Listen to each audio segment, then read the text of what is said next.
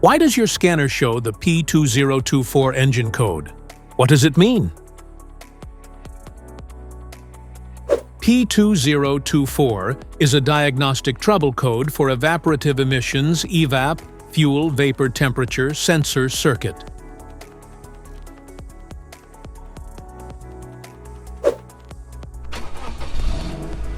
This engine code indicates that it indicates a malfunction in the electrical circuit of this sensor, which monitors the temperature of fuel vapors within the EVAP system. Under this circumstance, stop driving and repair your vehicle immediately.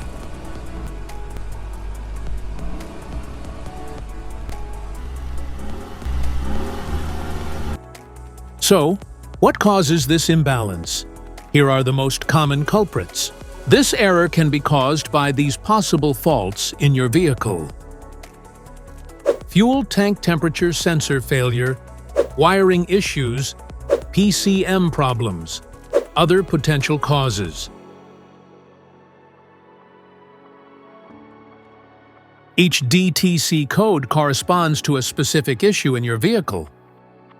This error code occurs in any OBD2-equipped vehicles, especially those in manufacture, since 1996.